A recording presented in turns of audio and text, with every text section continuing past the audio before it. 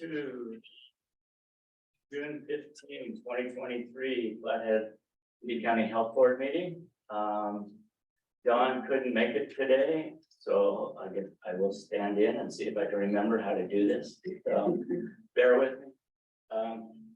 With that, I guess we'll have roll call attendance, Janelle. Ann? Here. No, Ann. Oh, Ann, I thought you said Pam. That's close enough, Pam. That's close. Artist? Here. Jim? Here. Mike? Here. Pam? My turn. Here. Rod? Present. And Roger. Yes. All right, thank you. All right, with that, I guess I'll do the pledge of allegiance.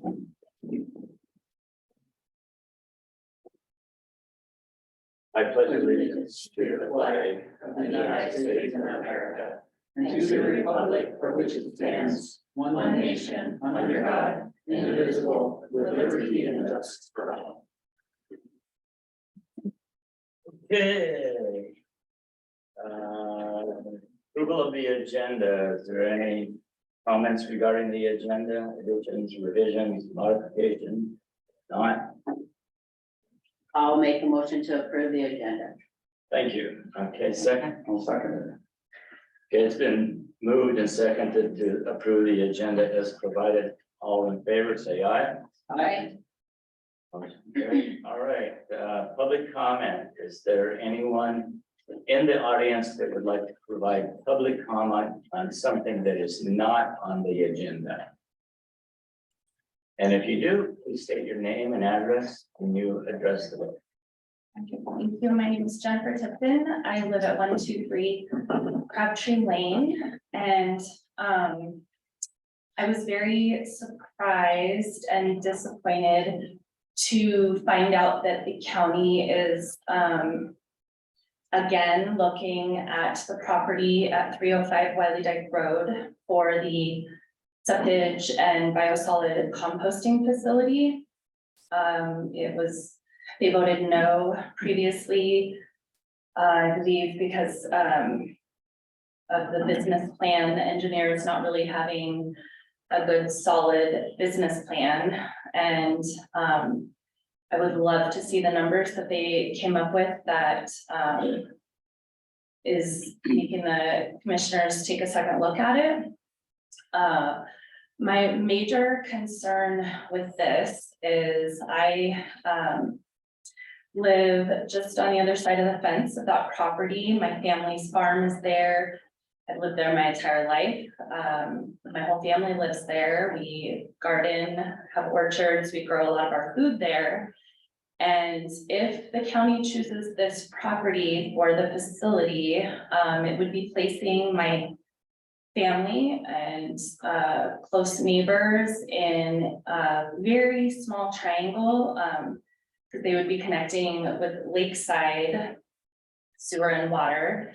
And lakeside currently pivots water on the southwest property to our property. They have acquired and will begin doing something. They haven't solidified what they're doing there, but on the southeast, just uphill from my irrigation ditch.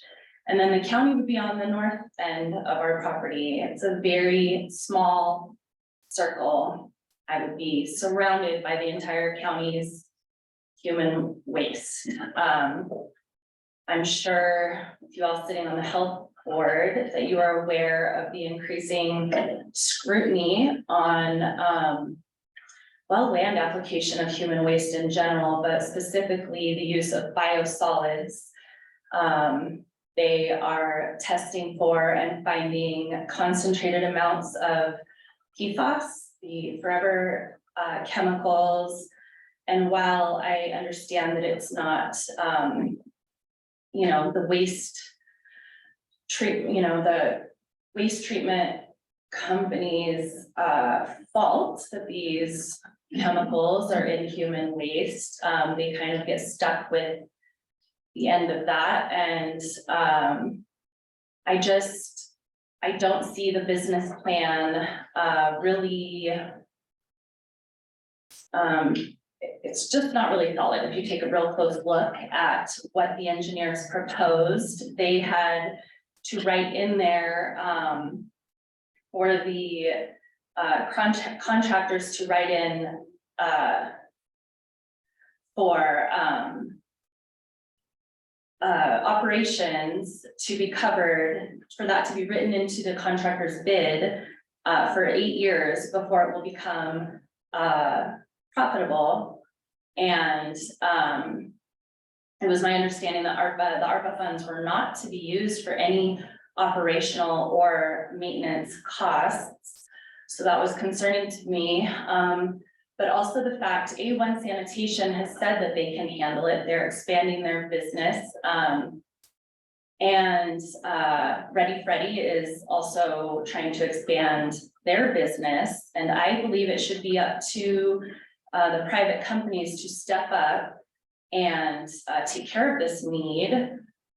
I don't believe our local government should come in and take federal funds to harm local businesses, which is what it would in fact do.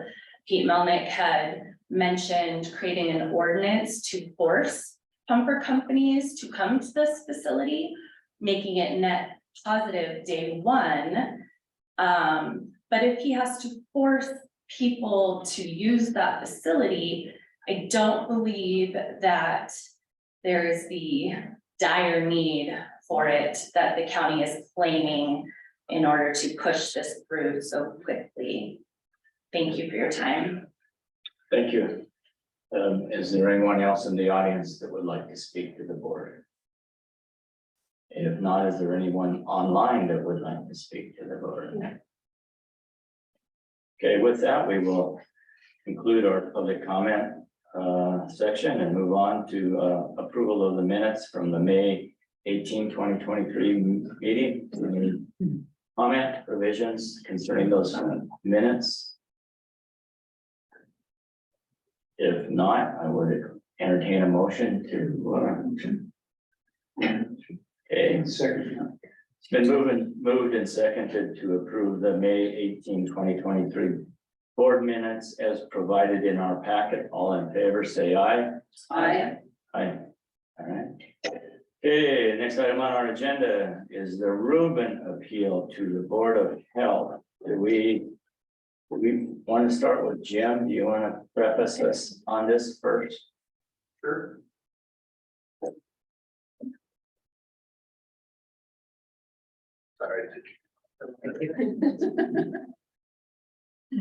So this is a septic application that we received, and essentially they're going through groundwater monitoring. They did last year, and the idea is that I believe, and I'm not sure about this year's groundwater monitoring. I haven't looked at the logs, but I think last year's didn't meet the setback to groundwater. So the engineer is here today to answer any questions that you have. They're going through the appeals process. We sent them a denial letter based on the groundwater setbacks, and they appealed it to the health officer. The health officer upheld the denial from environmental health. The engineer is here representing his client today as that part of that appeals process. So if you choose to deny the appeal, like the health officer did, then there's a potential for them to go through the variance process. So what would be their next steps? Okay, thank you, Jim. Anybody have any questions for Jim before we move on? And with that, please state your name and address. Will Goodpaster with TNH Engineering, technical representative for the project developers. We're at 450 Corporate Drive, Suite 101. And here in Kalispell, of course. Jim did a pretty good job summarizing this. If you guys have any questions, it'd be easy to start there. If not, I can give you some more details on why I'm here today. We'll let you go. Will. Okay, we'll run with it. So this is a project up off Whitefish Lake in its point subdivision. It's got one lot from that and it's aggregated a couple lots from the neighboring subdivision there. It once supported 2 single-family residents.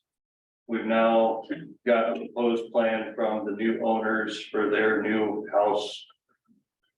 Lakeside complex, if you will. And when we started this project, we came to an understanding with the sanitarian at the time, Kate Cassidy, that I was working with, that this was going to be treated as a replacement construction of these drain fields to support the new layout and single family use. We went through that design process, had this submitted to the county sanitarians for review. During that time, there was some issues with a neighboring property down that road. And they were having issues with groundwater. We were requested to do groundwater monitoring. Had to wait till the following spring to do that. Put 4 wells in, those failed. We talked again with the sanitarians. Kate had been gone at this point, what we were gonna do, how we were gonna handle this site. Obviously, as an engineer, I understand the separations to groundwater and those regulations. So we went and added new wells that last season in different locations with approval of the county sanitarians, again, since they were past the March 15th start time for the groundwater season. We coordinated those, put them in, started monitoring. There was a dislocate of communication on those new wells installed that they did not get monitored by the county. So those weren't recorded. We couldn't use that data for this year. Spoke with Wendy again. The plan was to go back and go ahead and re-evaluate those wells for this season. So we paid for all of the wells to be brought on for monitoring again. That came up in discussion. As I know, the regulations, you are not allowed to use groundwater wells consecutive seasons. That's why I asked the question and got the approval from the sanitarian to do so in this unique situation. So those 4 wells that we started with, started getting monitored again this season. We were barred in the letter or email communique not to be using those wells. So we stopped monitoring them and requested a refund of the groundwater monitoring fees for those wells that were not going to be allowed. We've continued to monitor the additional wells and have had favorable readings on those. However, I would like to discuss this property layout and the proposed locations with the variance versus the others. If we want to get into the technical aspects of the project. Well, I think at this point, we're not to the variance yet. Yeah. So, And I think that's probably the bigger, I guess, sitting or siding of this project is, I understand the regulations and the standards for setback to groundwater. And that variance is what we are ultimately requesting. We're not trying to overturn or appeal those findings from the sanitarian or the Board of Health denial letters. I understand that, but I need to know if I can get a variance for it. Otherwise, I gotta go back and redesign to the new groundwater information that I've got in a different system, I would imagine, based on the topographies. okay, so the process will be is the staff department or the department head has ruled or denied the appeal. So I believe, is there a letter There is. now to that? Yes. Okay, I see there's a letter in our packet from April Yeah, you'll have one, 7th from Jen Rankowski. Is that the letter, the denial letter? So, so then if you want to submit a variance, the process will be for the board to vote on the upholding the denial appeal. And then once that is done, then you can submit the variance. The environmental health subcommittee will review the variance and make a recommendation to the board to either approve or deny the variance. So today, at the best we can do is move on a decision with the appeal process. correct. Okay. And I think that was just, my public comment from last month's meeting was in lieu to this situation where, again, the project isn't looking to appeal those decisions and findings, but looking to grant grants. And it seems like quite the through step to go through a minimum of 2 months of health officer and board of health time and review efforts for a mechanism that we're not seeking until. Yeah, it's the process, but be glad you're not going after a water right variance. Oh, yeah. But just in that public comment from last month, the professional opinion here, I feel like this is a great illustration of how these tools are separate and would be great if they were uncoupled in this review process for everybody included. Yeah, sounds like it's been quite a. Oh, it's been a lot of fun. Sure. Well, we started this in October. Yeah, I can remember you coming in. Yeah, So, yeah. The permitting, there's existing septic system there, from reading the stuff, these come under the jurisdiction in like 1978 or something, right? There, And so so your second one's not that old. I think that was early 90s for the eastern property, if I remember. so what we have is we have legacy systems that we're upgrading, Right, right? that was the And bringing understanding up with to- the, So they've been in operation all this time, I assume, or people are still using them, they're still they active. had been, the Okay. old homes have been removed, and since that connection to the existing homes was severed, Okay. so were the permits. And there have been any issues or any? They hadn't had any failure issues, to my understanding, and arguably worse siding for the western house that was there than what is proposed. Okay. It didn't meet setbacks to slopes and retaining walls, but was approved and had been in use without any issue. So if they wouldn't have extended their living area in that area, then they would have still, we wouldn't be having this discussion, I would assume, right? Their living area is not in the footprint of those existing systems, but they are proposing site improvements to a bigger home site that does change the design flow rate for that property. Perfect. And Jim, just for your clarification, so this is considered a new construction. But it wasn't when we started, and that's what I'd like to reiterate. When I met on site with Kate Cassidy, these were being treated and then managed through the design process as a replacement to those existing sites. But our rules now require new construction to go through this process. And further complicates this ball wax from when this was submitted to when boundary lines were adjusted to manage the proposed system, and then the request for groundwater monitoring came through several months after it had been submitted. Okay, do you have anything further you'd like to address or? Probably, like you said, not for the appeal process, but, I don't know if there's another hearing as part of that groundwater variance that I'd be invited to. Yes, there will be, yeah. Perfect. And you'll We can get all the technical wind out. definitely be apprised. Yeah, perfect. I don't know if you guys have any other questions that you might want to mull over in the meantime until then. Okay, the board has a complete packet application in their packet, so, Is there an expected turnaround on that denial letter? yeah, I think that when the board takes action today, you'll probably get a letter within the next 3 days. Perfect. Appreciate that. And if you guys, in the meantime, have any questions, I can get contact information to you. Okay, thanks, Will. Appreciate it. Thank you. So with that, I guess, Jim or Kalani, do you want to speak to the denial letter and give the board an update on that?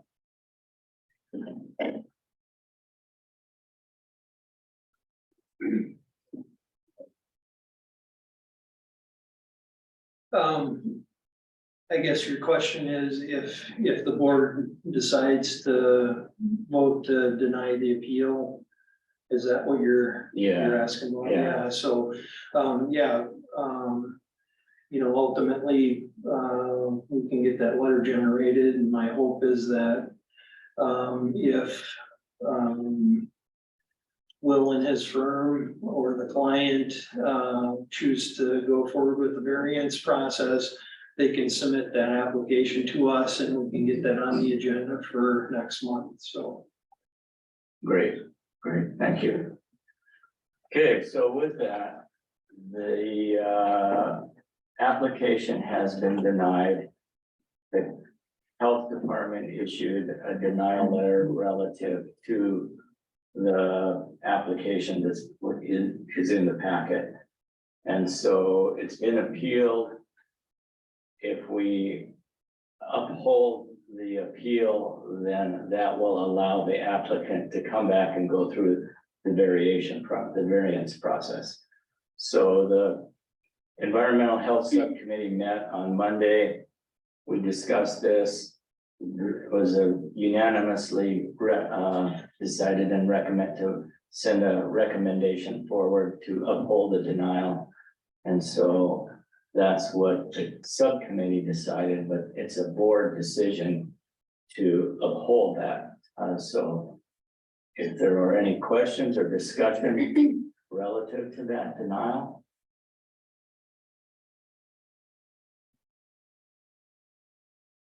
If not, I would entertain a motion to either uphold the denial, deny the denial, or I guess you can always table this, but so, Rod. I move that the board uphold the denial.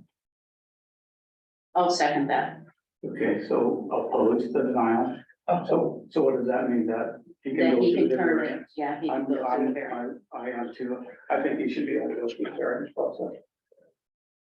Okay, then moved and seconded to uphold the denial for the application. Any discussion? I haven't. And I hadn't realized before you'd said about the new construction. And so when I talked before, the thing that I see is in the valley is we've got, and I'll refer to this just temporarily as kind of a legacy system upgrade. And that's the concern that I've had, is that we have people who have so much invested in their property and their land, and now because the mandates have changed so dramatically, that now we could deprive somebody of their property, their liberty, or in this valley, potentially their net worth, that kind of stuff. And I understand the new construction, I mean, new now coming into the valley, but I'm concerned that there hasn't been some sort of a carve out or something that we can prevent these kind of things from happening in the future, that we can look at this, because if there hasn't been any problems, and if he wouldn't apply for this, it'd be business as usual. There's got to be more than his property on that lake that's in that same situation that's going to come here. And I'm worried that at some point in time, if we don't figure this out, that we're going to have a lot of these older families and stuff in this valley, when they go, if they have to go and upgrade their facilities, if they can't, it deprives them of something. Now, I'm all for health, and I all believe in health, and I believe in all of the other issues that we have to maintain that, but I think that's going to be an issue going forward. But I understand if you're coming into the valley and you're building a new home right now, because I think, Jim, you sent me before I joined the board, the new policies and stuff that I think was adopted last year. And I had read those, and they were a little more stringent than previously what had been there. So I think that in the event that we have this, that we have to be super conscientious of these people and their properties. And, you know, we fight over property, people do. And if he can provide something that works and doesn't contribute to anything worse than what they have, and it meets those requirements, I think that's why I'm in favor of this variance, and that's how I stand on it. Okay, you can't address the board any further. Okay, I appreciate your comment with that. A couple things, and maybe Jim can correct me if I'm wrong, or artists on this. So a replacement drain field is really for an existing structure that has a failed septic system. And they're allowed to upgrade it even though they may not meet current requirements. Not a new construction. Okay. Not an expansion. Right. And the regs were recently updated. I don't know the exact date. Do you remember?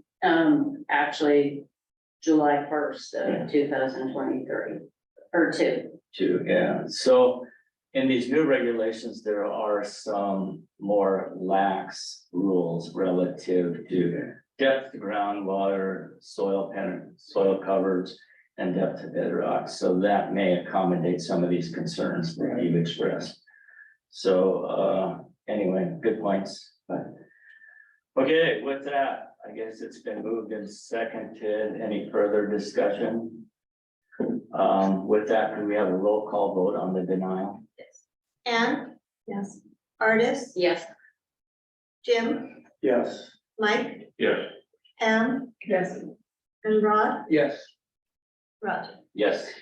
All right, so we will be receiving a letter within the next 3 days, and Jim has acknowledged that we can get this on if you get your variance application in, I got the check right here.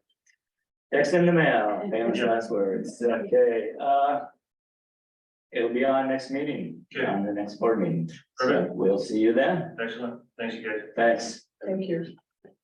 All right, thank you. We'll move on to the strategic plan.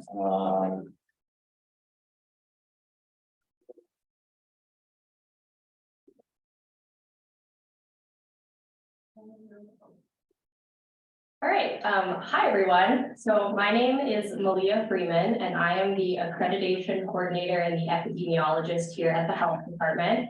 And I'm going to be co-presenting the strategic plan with our deputy health officer today. So just kind of to kickstart this discussion, I wanted to provide some information on how our strategic plan fits into the overall public health accreditation process. So just as the background, our organization was initially accredited by the National Public Health Accreditation Board in 2016. And then more recently, we just received reaccreditation for the first time in 2022. And so to be an accredited health department, what we have to do is be evaluated against the national standards that are set forth by the Public Health Accreditation Board.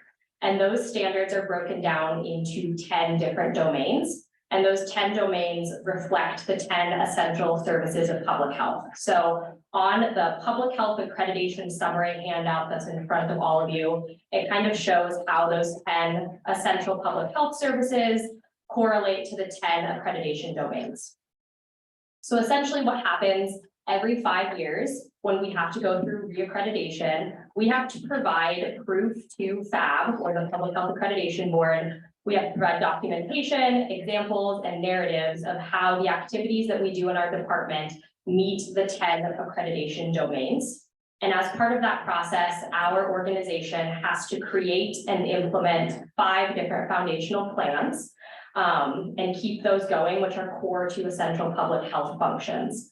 So those 5 plans are the Community Health Assessment, or CHA, the Community Health Improvement Plan, which we call the CHIP, the Strategic Plan, the Workforce Development Plan, and the Performance Management Plan. So within the accreditation guidelines that we received, for each of those plans, there is a long list of specific requirements that we have to meet and show proof of using in order to become accredited again. And the entire FAB guidelines for reaccreditation are 256 pages long. So for sake of brevity, I did not include the specific requirements for each plan on your handout. Instead, what I did was I kind of showed a brief synopsis of each of those 5 plans and then explained what the plan is and how often or what the timeline is for us to have to renew those plans. Another thing that we kind of have to think of as we're going through this process as a department is that due to accreditation requirements, many of these foundational plans have to link together. So for example, with the strategic plan, it has to align with objectives that are included in our community health improvement plan and also in our performance management plan. So really, as we go through the reaccreditation process, we have to show them proof of how all of our different plans and all the different things our department are doing are moving together in the same direction. So the strategic plan essentially is supposed to be an internal organizational plan that sets the vision for the future of our department, according to these accreditation guidelines. And we have to be able to track the progress towards that vision using measurable objectives and strategies. So that's really kind of how we came to creating our strategic plan. And then the strategic plan is included in domain 10 of the accreditation domain, which is to build and maintain a strong organizational infrastructure for public health. So that's kind of the background information on why we are strategic planning and how often we do that. Does anyone have any questions on accreditation? What's the advantage of being accredited? Yeah, so accredited health departments, really, it just ensures that we are maintaining the highest quality public health service that we can. So I wasn't around in 2016 to have these initial discussions, but really we wanted to make sure that our department was doing everything we could on a national level to ensure that we were providing the highest quality of care for all of the patients and community that we were serving. So being an accredited health department can help us receive grants. It can help us to be part of specific, like, different state groups and organizations. And throughout the state of Montana, we're actually only one of, I think it's less than 10 accredited health departments. So it's pretty big to be able to be accredited. So it affects our funding. Yes, it does. And how Yes. much, Can you give me the numbers? yeah, Oh, And I don't know. in the past, how much revenue has come off of this? I mean. that's what I'm just I think at, what's that's the what you numbers? I personally don't have those numbers. We can try to do some background to get those to you guys. We would have to be doing some digging on, which grants were prefaced with accreditation standards in mind, like you being accredited, you got this opportunity. We would have to go back and do some digging on some of those things. So would there I'd ever like be a that. situation in the future if we didn't have the accreditation with what you've already done, are there any, out there that you would be denied currently? Do you know of? I mean, are there any that's stipulated? I believe in the mission statement, so I'm not arguing that. But is there anything at risk if we didn't in the future? Would there be anything at risk? I'm gonna defer to the deputy on this one. Once again, Okay, I don't know off the top of my head, but it's more of like a badge of honor to say that that's our what that's the services word we were are looking for, badge of honor. of such Isn't that high what it was? quality. That's exactly the word we were looking for there. I mean, that's what we were looking for. Give us a badge of honor. Everybody agree? Sounds like it. So thank you. Any other questions on accreditation? Yeah, is this something for our approval or just for informative for us? So the strategic plan you will be approving, I just wanted to provide some background information for any board members who haven't been involved in the strategic planning process before. Okay, well, Keelani and I are popcorning this presentation, so she is going to provide. Do you need me to stand up there, or is it? Absolutely. We got a good thing. All right. That's great. Yeah. Be great.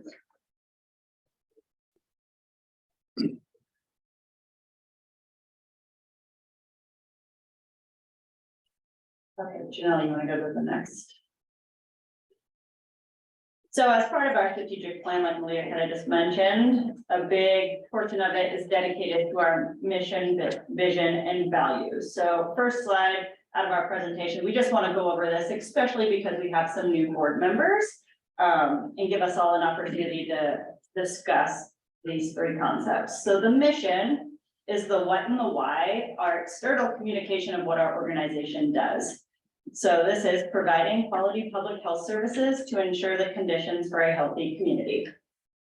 Our vision is more of our desired future, our internal message or inspirational statement for our staff, if you will. So that is healthy people in a healthy community. Basically, we want everyone to be healthy and live in a healthy community. And our values is more so focused on how our work is approached.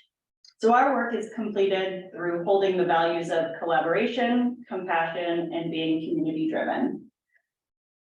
So public health thrives when we're able to work collaboratively across sectors within our community. Public health work requires compassion to best serve our community members. And public health work is driven by the community, being accountable to those we serve while aiming to help address the social determinants of health affecting our county. So just to dabble in what social determinants of health are, so that we all can come on the same page, is social determinants of health are the conditions in which people are born, grow, work, live, and age. and the wider set of forces and systems shaping the conditions of daily life. So those broad categories are defined through public health as economic stability, so, job opportunities, income levels, education, access and quality. Those can vary, from literacy skills, language, early childhood development, healthcare access and quality, rural services, health workforce, neighborhood and built environment. So looking at transportation, safe housing, safe water, air quality, those types of things, and social and community context. So that would be an example of access to nutritious foods and physical activity opportunities. Any questions on that? Because then next I pop one back to Malia. It's like a tag in and out situation. Janelle, can you go to the, yes. All right. So before we dive into the fiscal year 24-28 plan, we just wanted to really briefly review what our last strategic plan looked like. So as you can see on the slide and potentially in front of you if they're printed out, our last strategic plan had 6 priority areas.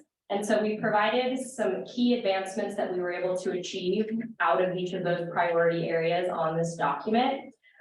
Something that we kind of wanted to note was that because the last strategic plan was 2020 to 2022, a lot of the progress that we wanted to achieve and things we wanted to accomplish were halted due to COVID and its response.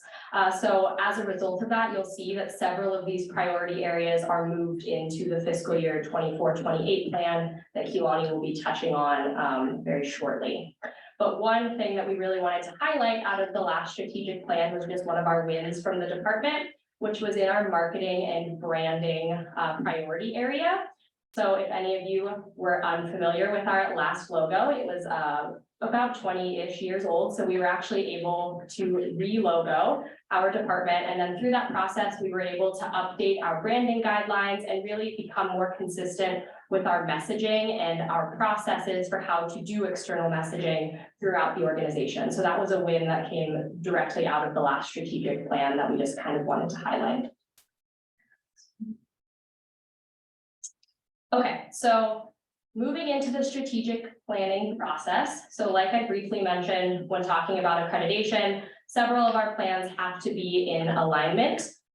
So before we began discussing the strategic plan, we really started by making sure that we had a strong performance management system in place.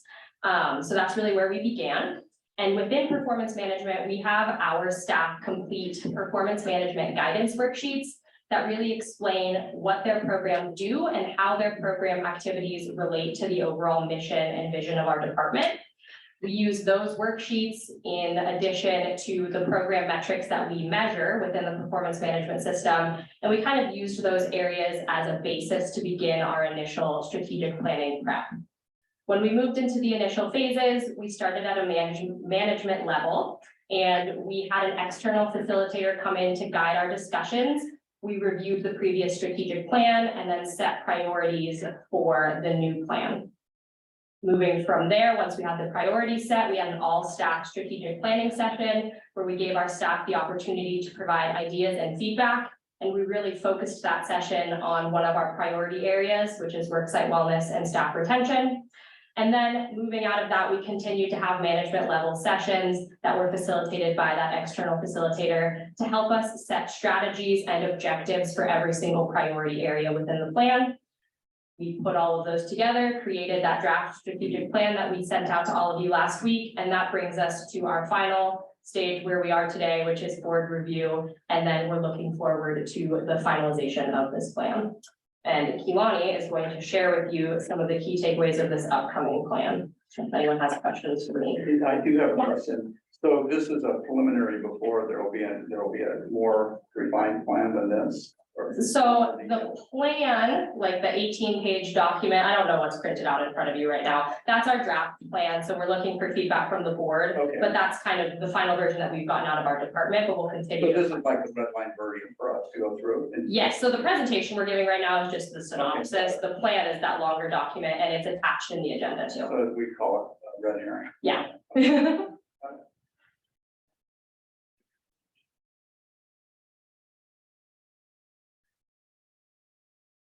All right, so.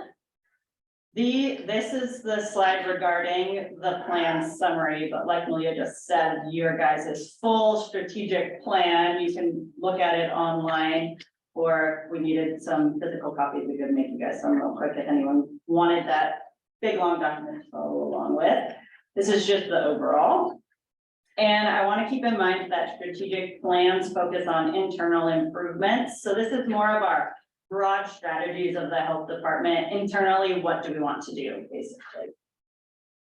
And a lot of this language that we use throughout the strategic plan is actually dictated by those FAB reaccreditation and accreditation guidance. So you could see in that FAB document of the 10 essential public health services, 10 FAB accreditation domains, you'll see a lot of, when you actually go through and look at our priority specific goals or objectives, we take the verbiage out of that and insert it in, and that was part of a requirement of the strategic plan component of FAB. So, oh, yeah, go ahead, Pam. So, FAB, That's the Public Health Accreditation Board. right, is there, who's that, federal, state? What is it? It's the national accrediting organization for. So is it World Health Governments. Is it who? WHO, World Health? No, it's a separate, I think it's a nonprofit, honestly, but it's just a separate accrediting board. Oh, So it's just that- separate. It stands by itself, yeah. By itself, nonprofit, Yeah. is a consulting firm or whatever. Yeah, so they used information from WHO and NACCHO and AMFO and the one I don't- ASCO. Thank you. All of those All of that. association of county tribal health officers, association of all of those entities, and they use all those guiding documents to make the FAB reaccreditation. So they kind of give you the guideline of What's that? all those organizations are Correct. looking for. Yes, best practices of the best practices. Does it cost us anything to do this? Do we have to pay them a fee for this? Does it cost us when we How much quit? is it? Yes. How much do we pay them? Yeah, So we have to pay them to be accredited, right? to go through the process. Okay, how much is it? So it was like 16 grand or something like that previously. I don't know what this last go around was, but I think it was up. Get down in here. That's been under that. grand. A year? Last time. No, it's every 5 years. 5 years, yes, it's a 5-year And cycle. so then, so 16,000, then we pay every year a fee too? No, Okay, the 16. application fee, I So if we believe. pay them 16,000, why wouldn't they give us the accreditation? Why wouldn't they? Yeah, I mean, I'm not trying to be smart, I'm just saying, if we're paying them for it, yeah, I understand. Because the language in here is really vague, some of this, when I read through it. And so I, like, for example, if you were to tell me about responsiveness, I'd say, when? And so I'm glad that you said that you have to cut and paste their language, because some of this, if you really read it, there's no beginning or end. It's like you and I could get and talk, or one of you met and accomplish 4 of these, just having a conversation in the hallway. So I understand I came out of corporate America, and I understand, you know, Cooper and Lybrand and all the big accounting firms and, you know, that do all this stuff. And I think that's what this kind of is kind of that thing. So, but I'm all for whatever you think helps you with your department to be more effective and be more responsive. And maybe it gives us a layer of protection also, because you have gone through an accreditation process as well from an outside party, rather than most of us here probably have no idea about what you do for, I mean, what your real job is, so. What standard do we work with them? Or I can keep talking. Okay. So to reference kind of some of these broader Yeah. vague terms, I pulled a few definitions from organizations that is based off of, like WHO, World Health Organization, to kind of give us a little bit of perspective. So like public health equity, for example, what does that mean? Since equity is a very broad term and can be defined in many different avenues depending on the context. So Well, public today, health- certainly, huh? today it has a different connotation. Right, so what it means in the public health sense is the state in which everyone has fair and just opportunity to attain their highest level of health. So being equitable in the public health lens is we're seeking to address some of those systemic barriers and overcome those economic and social type obstacles, as I was just defining in the social determinants of health list. And how can we improve access to and the ability for everyone to do the things that are necessary for them to improve their health status? So who are the disenfranchised in theory, that equitable that we're not servicing already?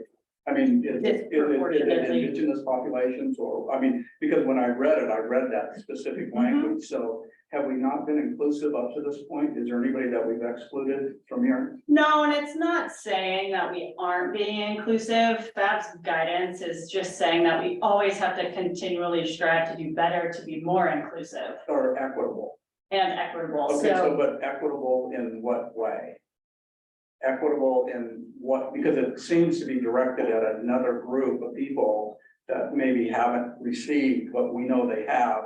So what does equitable mean? What does that, is it like every ethnic population that's in the valley, every religious population that's in the valley, every non-religious, you know, what does that mean? That, because that's one of those words that I was trying to get my head around, what Right. actually, what does it mean? And if, is there a better word than equitable? Is it understanding? Is it, yeah, you know, that kind of thing? that's a good point.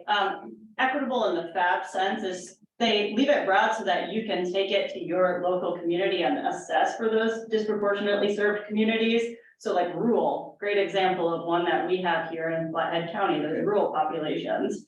Other examples could be, you know, chronically ill, Okay, disabled, elderly populations, whatever our community, like when we do our needs assessment and all those other required FAB documents, when we define those categories, it comes from when we do a thorough community health needs assessment, which we are just starting the process of, where we partner with Logan, Greater Valley, all of the other entities, nonprofit organizations, all these stakeholders. We come together, we do a thorough community health needs assessment, and that kind of helps identify those disproportionate populations or those Okay. priority populations for our community specific. So once again, this is kind of just Yeah. the general terms, and then from our internal lens of the health department, things that we gotta keep in mind, but those specifics that you're talking about more come into play in our other big documents, our community health needs assessment and our community health improvement plans, which we do on much larger scales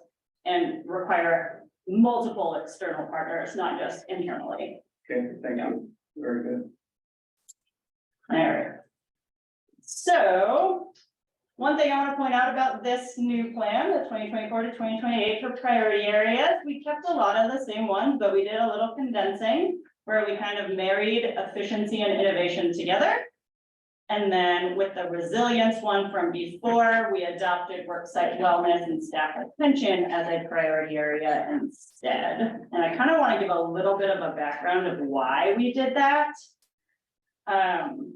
So in that sense that we're continually talking about, that domain of worksite wellness and staff retention is trying to get us to focus on how we can, you know, how do we foster and keep a healthy workforce for public health. And the big things that happened recently during COVID, our health department specifically had a 65% turnover rate.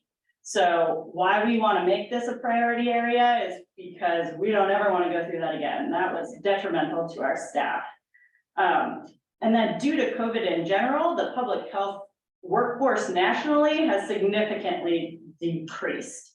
Thousands of people who have been working in public health for years and years and years easily walked away from the stress and the impact that it had on the wellness of public health workers.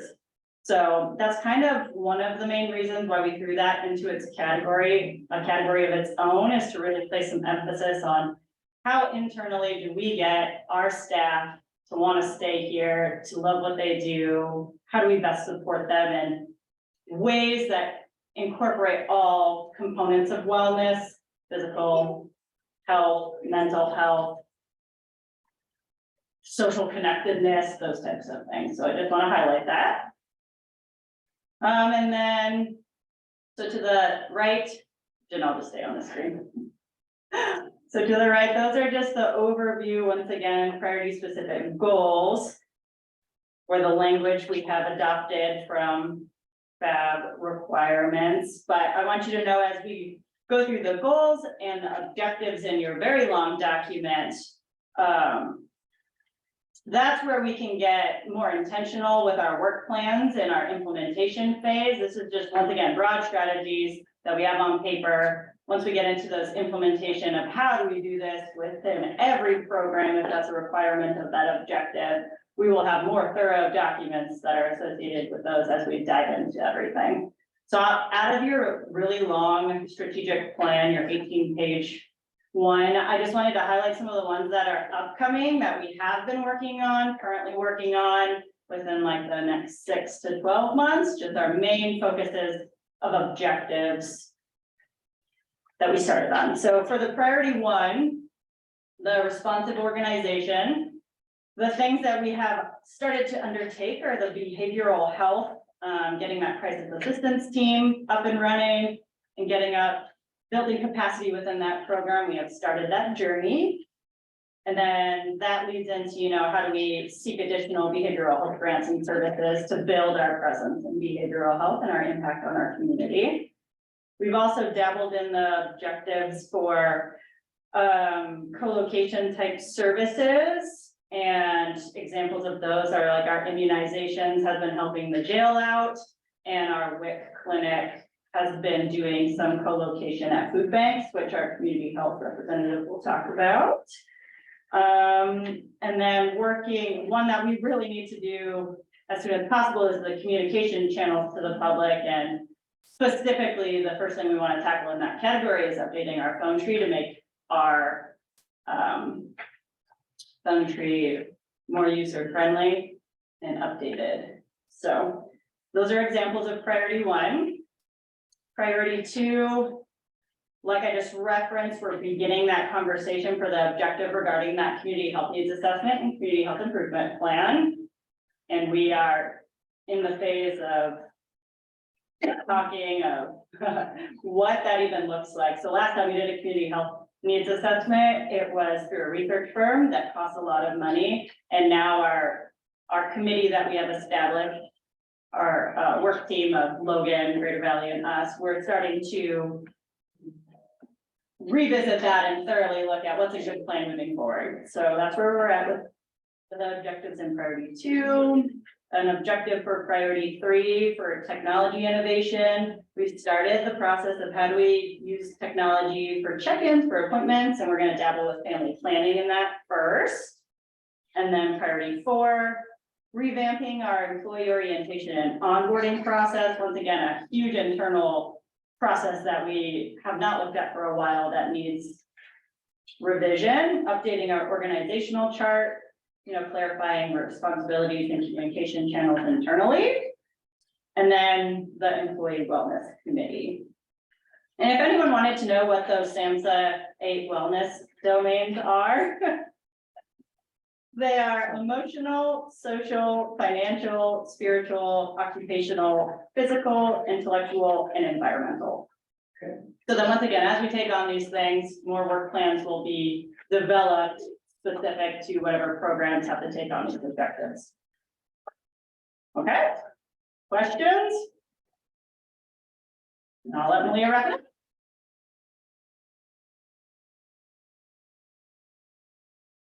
All right, so kind of some next steps moving forward is we will have to receive final approval on this plan from the board.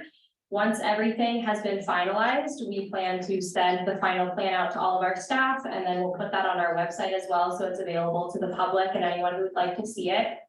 And then as part of our accreditation requirements, we have to show proof to that board when we get reaccredited of how we track progress and make sure that we continually assess the kind of measurements that we have within all of our plans. And so moving forward with this strategic plan, we're going to provide an annual progress report update to the board. We're hoping to do that every July moving forward through this 5-year plan. And then really looking long-term in 2028, when the plan is over, we'll provide kind of a final impact report from that strategic plan, and we'll distribute that to the board and to our staff as well. Thank you. Does anybody have any questions for Malay or Kalani? Can I highlight one more thing, Roger? You real fast? bet. So one of the things that I just want to throw out there for board members on how, besides just us getting your general feedback and edits and stuff on this document, how else can you help us with the strategic plan? Providing your guidance and your expertise on certain topic areas that interest you would be a great suggestion, or helping to assist us in identifying and approaching funding opportunities for some of these things. And then just generalized support. So just to give you guys an idea of what we look for from the board when we're doing our strategic plan. Okay, thank you. So, yes. I'm still unclear. Is this an action item for today to No. approve it? No, No. okay, so there's an 18-page document in our packet for us to review. And I've gotten some comments and edits so far, so as I compile those, then we will do a official final document. Okay, sounds good. So when you come back with the official final document, then maybe you can also give us an update on the various grants and other benefits that you were able to achieve or accrue by being through this accreditation. So we'll send you back with a little homework. And the other thing, could you also provide us when the $16,000 is due? Does it due it when we submit? Yeah, I'll get the actual number and that So process. have we already paid it, or are we going to pay it? And, okay, that would be interesting at the next meeting. And then, Get the information ahead of time, it's always better. yeah, Have and time to digest it. then relative to that, those grants and loans or whatever, maybe you can monetize that too if it's possible. So, thank you, WWF Tag Team. All right, Roger, can I make a comment on it? You bet. Before we move on. First, I want to say, Kalani, thank you for, I sent through lots of questions, some of which Jim had also. And I appreciate your thorough response to all those questions. And it's just unfortunate that with the current rules and guidelines, the rest of the board couldn't be privy to those conversations, because I think it would have been very helpful to everyone. So if there's a way that you could take those emails and just disseminate the information you sent to me to everyone else, but not have it in communications. I think it would be helpful, because, and you've put a lot of work into answering the specific questions that I have. And it's not wasted is what I'm saying. And I think it would be beneficial to the rest if there's a way to get that done. Because it did answer a lot of the questions that we've been discussing here. And as far as, the return on investment is really what I'm looking at. And so now I'm looking over at finance. When we get those pie charts, which are so helpful for the financing, if they just had an asterisk on there that had, fab related, or a portion of the fab right on those pie charts, boy, we'd have it every single month. We'd know it would be in front of us. So those are just some final thoughts. But again, Kalani, thank you so much for responding in a thorough fashion to all of my concerns. does anyone have any further comments or discussion relative to the strategic plan? If not, we'll move on to department reports. First one is the animal shelter.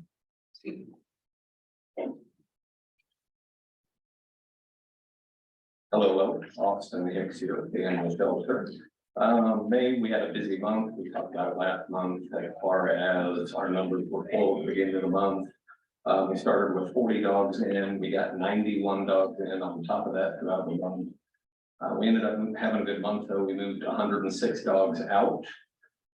50 of those were adoptions, so that was the highest that we had throughout the entire last 12 months. We ended up with 25 dogs in the house at the end of the month, so much more manageable for me and my staff.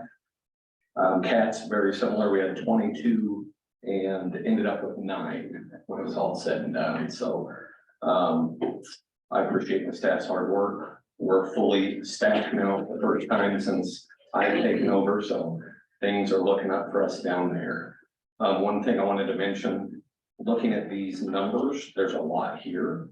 And I know, the previous director had used this format for some time. I'm looking to make things easier for you all to see our numbers. Would it be all right if I can still do this one for next month as well, but I would like to streamline it and make it a little easier for everyone to read. Will that be all right with the board? Sure, you bet. Okay. Yeah. We get lost in the details sometimes. So, But kudos to you and your staff on handling all those animals. Wow. Any questions, Rod? I do have one, and this jumps in ahead to the finance report where I'm looking at the donation department for the animal shelter, and that's just about depleted. It looked like there's, I can't remember, $16,000 left, but is there a plan in place for seeking new funds, new donations from people? I don't know, I know this is new for you, but yeah, what kind of fundraising efforts are we looking at to help supplement? Because it's gonna be part of the budget. so it is new for me. From what I understand, we don't do a lot of direct fundraising going out seeking donations. Since, since we are a county funded operation out there. We do get a lot of donations in, however, and we always accept those. I know I got a phone call this week. Someone wanted our tax ID number because they're going to include us in their bill and all that sort of thing as far as the shelter. But that would be something I would have to check in with finance on to get more specifics. So I think sometimes even the community may not be aware that they can even donate to the shelter. So maybe just sending out a thank you note, a community-wide thank you note for the people who have donated. and one thing I always do anytime we do get a donation in, I've got a letter I send out to them. We get some that are over the phone. We get some when people come in, and I always try and show our appreciation for what they are able to give us. So, I'm just again looking at that accounts to win there. Like to see the bill back up. Thank you. Yeah. So. Do we have a plan for if those funds dry up, what you're gonna do? What that's does the something. fund pay for? What was that? What does the fund pay for? Various things throughout the budget right now, and that is something that we're trying to get cleaned up with the through finance and trying Do to they have mitigate those staffing? things. Was that? Does it cover staffing? I don't believe so. Okay. All right, that's good. Yeah. All right, thank you. All right, thanks, Austin. Great job. Community health, I guess Mackenzie. Close. Yeah, So I'm Jillian, I'm the community health. I was gonna be prepared. I'm sure not that who presented last time.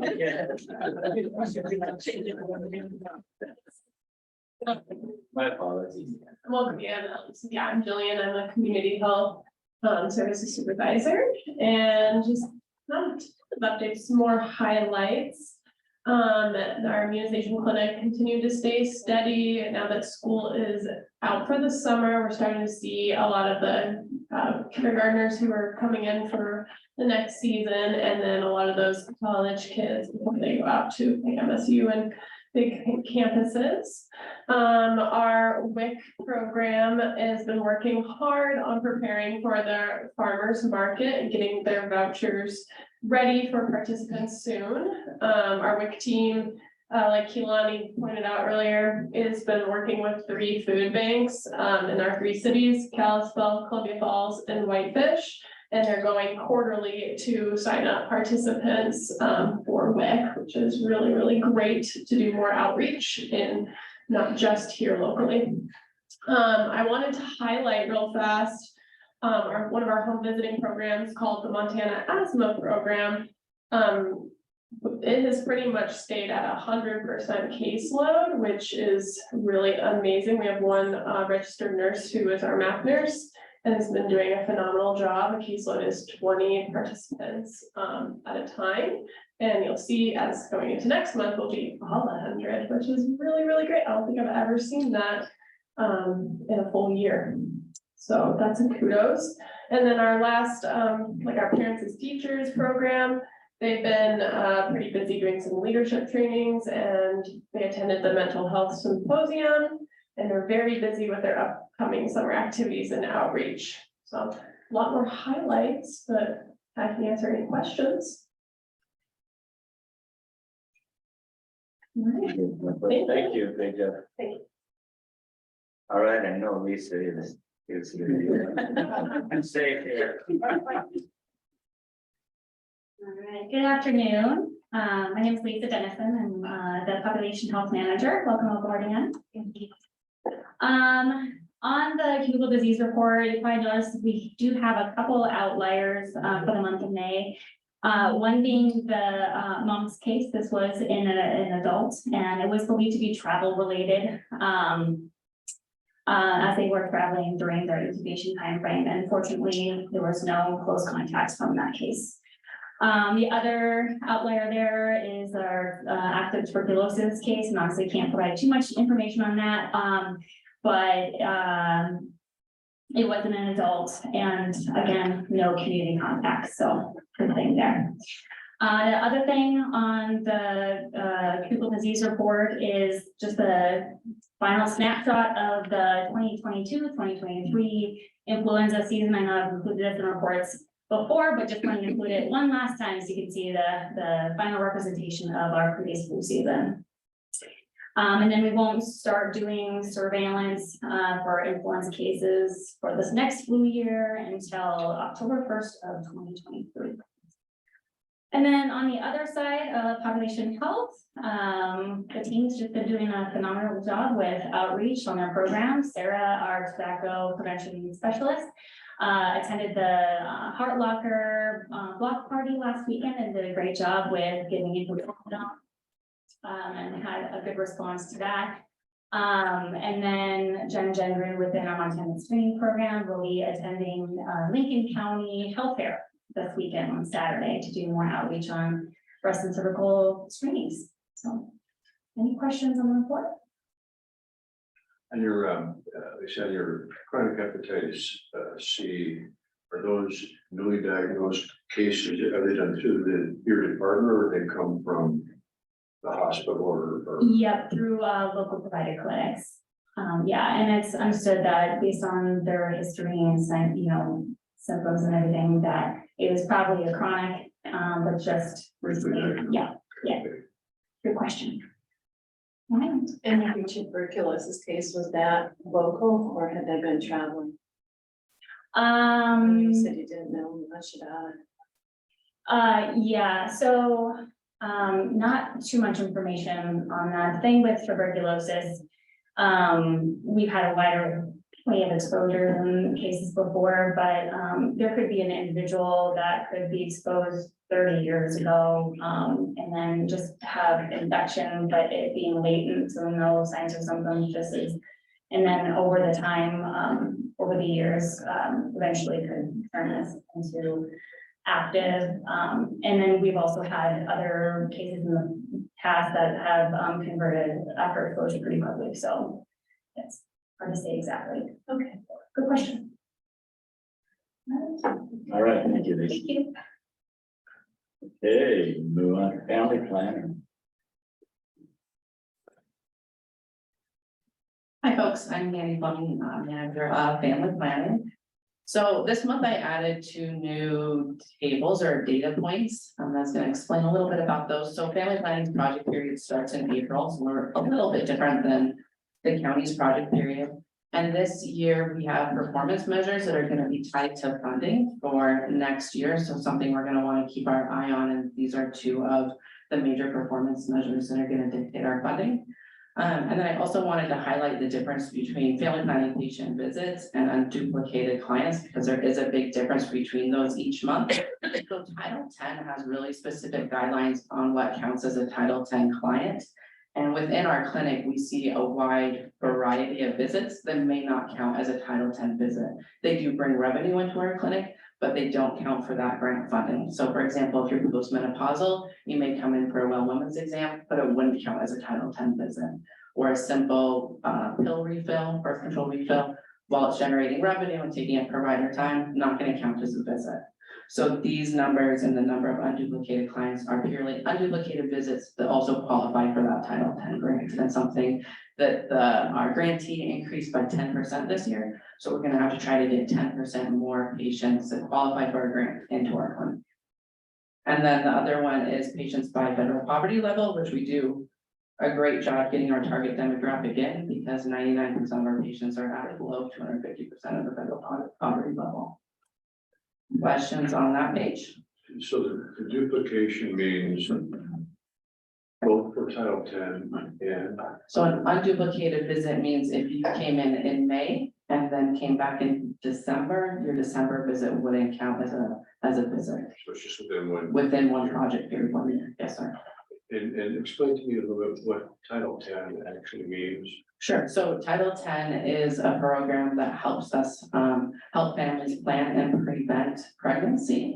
So visits that would qualify for a Title X visit is a visit that would help someone achieve pregnancy or help someone prevent pregnancy. So annual exams, contraceptive visits, and then things that tie into that would be STI testing treatment, because if you are diagnosed with an STI, that can harm your ability to reproduce.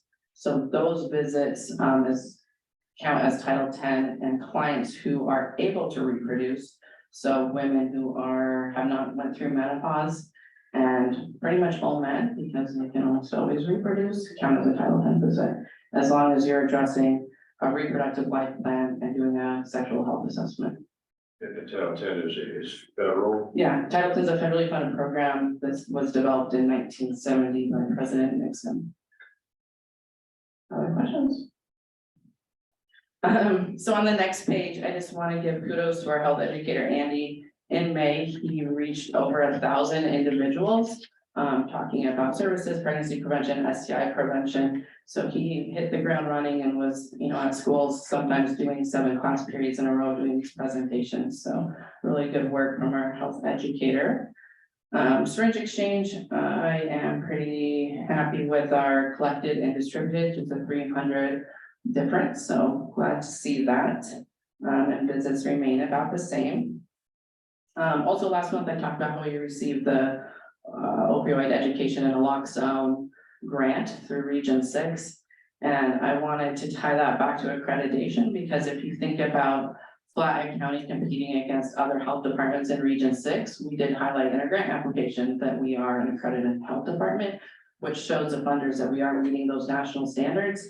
And we're competing against other health departments that might not have that achievement, that could tip funding into our favor. So even though we might not say like it's tied to $12,000, I think it puts us ahead of those others and makes us more competitive and gives us the data to back that up, especially when we're writing grant applications.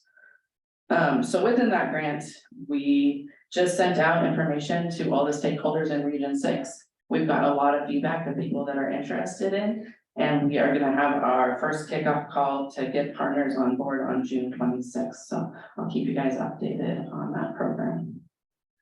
Any questions? Any questions from Mandy? Thank you. Perfect.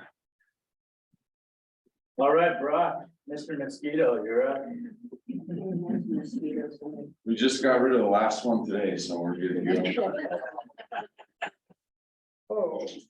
So, good afternoon. Just to start off, with some stats, Montana, 0 human cases, West Nile, and equine cases. Overall, 13 cases throughout the nation, so it's early in the season. This is typical. Arizona had the most with 4 cases, human cases. The 2023 mosquito season, we've had just over 2,516 inspections. Treatment wise, we've done 447 treatments and acres 676. And to kind of give you a ballpark, that's about 30 inspections a day per person. So we get our miles in per day. Adult society, we just started that up. We've gotten a couple of complaints, so we've been out doing that. 2 evenings now, North Ferndale, that's always a hot spot down there. And then Conrad Sports Complex. Those mosquitoes are probably coming from the old steel bridge there in Evergreen. So, just so you guys know, when we do adulticide, it is a pyrethroid. The product's called Control 44. It's a permethrin-based insecticide. We use a very minimum label rate, so we use it at 4%. You can go all the way up to 12%. So, and we get great knockdown with that 4%. And that's produced by a company called Masterline. So right now we're in a transition period. Along the rivers, we're not finding a ton of the floodwater 80s species mosquitoes anymore. It's transitioning into the Culex season. So West Nile, and then West Valley, Lower Valley, Summers, Lakeside, Stillbridge South, there are always hot spots in the valley for Culex. That goes hand in hand with warmer weather. They're a warm weather mosquito. And then what we're looking for is bodies of water that are shallow. There's no movement to them, lots of vegetation. So any grass clippings is a big one, around animals. And then, yeah, that's that. I did include a couple pictures here, just so you guys, when you're out roasting marshmallows, look at the mosquito before you kill it. So the black and white mosquitoes, those are 80s. Those are the floodwater mosquitoes. They've got a white band on the proboscis. The stance is more of a humped stance. And then the bottom one is a Culex mosquito. It's definitely a different color. It's more of a brown tannish color. The stance is a little bit more parallel with the surface. So yeah, just I guess pay attention to that maybe a little bit. It's kind of interesting. So, and then this year so far, the calls have been dramatically less than last year. So that's always just great for us when we come back at the end of the day. I don't have 20 phone calls we gotta listen to. So. How do you determine the efficiency of your applications? We go off of, a lot of it is what we do for inspection. So we'll go out, inspect water. We have to have at least one larva in the water to treat, one per dip. Most of the time when we go out, we'll find it'll just be black with larva. We'll treat. I try to make it back a day or two later, and the water's crystal clear. So that's always a great feeling, especially these big farms getting that done. And then we do, label rate. We're right in the middle of the label rate for larvicide. So we try to go as minimal as we can. So great. Anyone else have questions for Brock? Other than reporting, what would you do anything different if there were cases of West Nile? Yeah, so if we do get cases of West Nile, obviously letting the people in the county know, but focusing on those hot spots where that West Nile is coming from. And then educating the people about how to stay, away from the mosquitoes as much as they can, what they can do equine wise for the animals. Is that education, how, I mean, is it public service announcement or is it what? If we had West Nile, probably be public service announcement, and then I always like to go and talk to people in person, so I go out and talk with people around that area specifically. All right, thanks, Brock. Thanks. Great job. Jim, environmental health. Looks like you've had a busy month.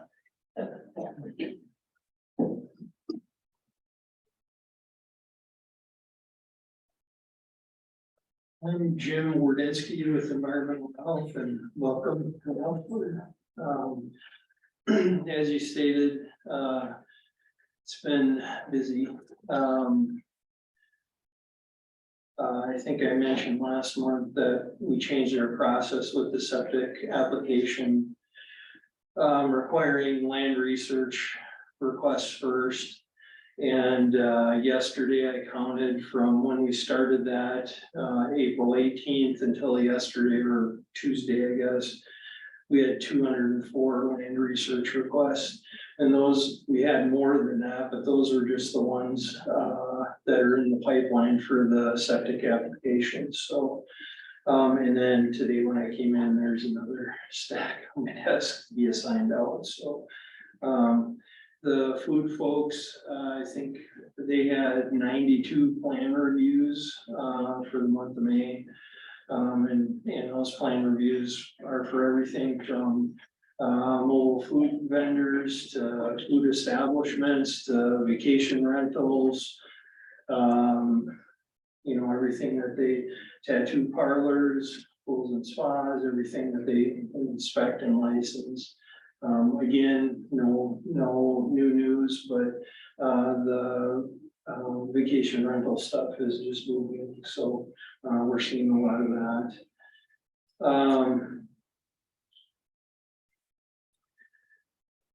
One of the things that we reinstituted based on some of the feedback that you provided last month was to compose and distribute a septic newsletter. I think that part of the reason to go back to that is because of some of the problematic things that we had seen. Just today, I was alerted to, I think, the 5th permit after the fact for septic system that's been installed without a septic license or permit. That's probably within the last 3 weeks, which is almost unheard of, you know, in days gone by. If they had one a year, it was kind of the, you know, norm. So trying to combat that. I also incorporated the realtors, like you were asking about, reached out to NMAR and talked to a representative there, put them on our email list with the septic newsletter, and we'll build on that relationship that we're trying to develop there too. So we for the month of May, we got a invoice for the new burn permit website that we instituted. Keeping in mind that May was the first month that historically you would have to apply for a burn permit application or a burn permit. And what we saw was roughly what we had thought. We had 1,905 burn permits that were applied for, and we had just under 3,000 phone calls. The total cost of that was just a hair over $6,000. Keeping in mind that those permits are $3 a piece, and again, it's being paid for through the air quality grant that we get annually. And I suspect that there may be a few more in June, and then maybe as the year goes on, of course, there's a moratorium on burning in July, August, and September. But the folks that want to burn in the winter time may engage in that process, so we may see a few more.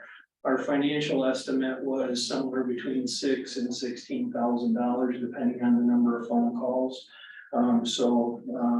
Yeah, I think we're right in there. And it's, in my opinion, has been a success. I've talked with the folks at the NRC and some of the rural fire departments, and they seem to be happy with it.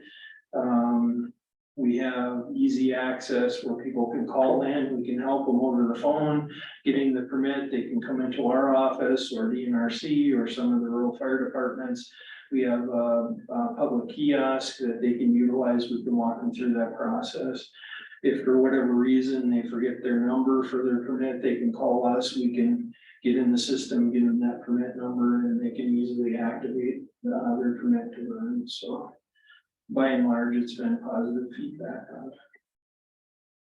I don't know, were you gonna talk about the safety committee, or I can touch on that? Yeah. Okay. So one of the things that the health officer, asked, she had formed a 4-person safety committee, and I'm one of the members. Just in light of kind of the way society is going, making sure that staff and clients, customers and all that while they're in our facilities remain safe, that we have a plan in case something goes sideways. And we try and provide some training. So given my background, I reached out to some of the people that I used to work with in law enforcement. Corey Clark, who's the school resource officer up at Flathead Valley Community College, puts on some training called Run Lock Fight training. And he's agreed to come and provide that for us. Just for clarification, because sometimes I think if you're familiar, if you've heard anything about that training, there can be a negative stigma with it. In days gone by, it was actual physical training where you were going through full-blown scenarios and people were, having to wrestle with somebody in a padded suit and all that. We're not doing any of that. It's strictly lecture and PowerPoint. So we're gonna have 3 segments, I think, the 19th, June 19th, June 26th, and July 10th. Here in this conference room, and then one of the trainings will be over in the South Campus conference room.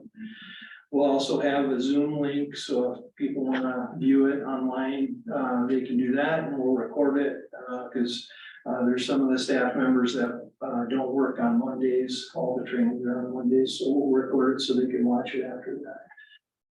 Corey also puts on a de-escalation training that we're gonna try and get scheduled in the future, just so that way, if you encounter that scenario and you can talk your way through it and calm the situation down, it'll be a good tool to have in your toolbox. So, there are a number of things that the committee members have been talking about, and signage was one of them. And we had talked about that, and our meeting was probably 2 days before the event that occurred at the Justice Center, where the suicidal person was there with a box cutter, and of course there's signage there. So signage helps, but it's not a cure-all. But it's those types of things that we're talking about, trying to identify things that will help keep everybody safe. So I also did reach out to, as you know, in this building, the South Campus, there are other stakeholders in each of these buildings, and we reached out to those folks: planning and zoning, agency on aging. I don't know if Greater Valley, if they're gonna participate or not, but planning and zoning and agency on aging have both said that they're interested in attending the training and any information that we can provide. Corey and I did a walkthrough last week, just to identify some things that will help keep folks safer. We had some external doors that were open in areas that shouldn't have been. So, we provided that feedback, and we'll do a report on that and hand that out to everybody as well. So, at the Environmental Health Subcommittee meeting this week, we talked about a couple of upcoming things. You heard today about the Rubin appeal. There are a couple other ones that we'll probably be bringing to you next month in a similar format. We talked about some regulation changes, so we're gonna work on that stuff. Under the Big Sky is quickly approaching, and one of the things that I was apprised of today, one of our food sanitarians, Danielle Pierce, who heads that project up, told me that tomorrow is the deadline for the food vendors to get their applications in, and unfortunately, what they did was the representative from Under the Big Sky utilized an application from 2015, and it's like a 2-page document. Our current one is a 6-page document, far more inclusive, so the scramble was on to try and get that taken care of so we can get those folks properly licensed. So we're working on that. We did get the water sample results back. Everything was good there, so the potable water that they supply should be good. Tomorrow morning, I was invited to participate in a conversation at KEGZ regarding air quality. And of course, we'll talk about the burn permit website. We received the documents for the renewal of that contract. Based on what they told me from DEQ, the contract is the same dollar amount as it has been, so none of that has changed. That was provided to finance, and the signatures are being collected for that.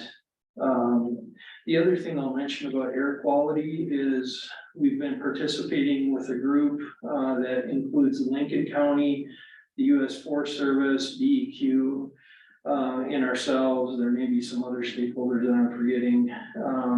As wildland fire season approaches, one of the things that they're always concerned about over there is if they have forest fires in an area, if you're familiar with that area up Rainy Creek where W.R. Grace's zonolite line used to be, if that burns, the friable fibers that could be in the soil and the trees and all that stuff could become airborne. And, you know, obviously, usually our weather comes from the west or northwest and comes this direction. So we're communicating with those folks to make sure that we're in the loop, we get early warning, so we can share that with the public. We're planning ahead to try and have monitoring capabilities that are readily available to us. The air quality monitoring stations that we have now, there's one in Kalispell, one in Whitefish, one in Columbia Falls. They're strictly for particulate matter. They're not for asbestos. So I think the Forest Service is the one that will supply the monitors for the asbestos, have them strategically placed so we can get those going and alert everybody to that. So the other thing that we spoke about in the subcommittee meeting was the subdivision review contract. That's due at the end of the month.